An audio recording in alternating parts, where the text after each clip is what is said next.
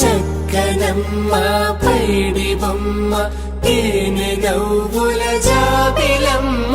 లేని సాకులు చెప్పకమ్మ పట్టువోణి కట్టవమ్మ నాన్నయదపై నిన్నటిదాకా అల్లరి ఆటలు ఆడినా చిన్నారి తల్లి లేత భుజములు నేడు చీరలు మోయునా చెల్లో తొలిమెను మంచి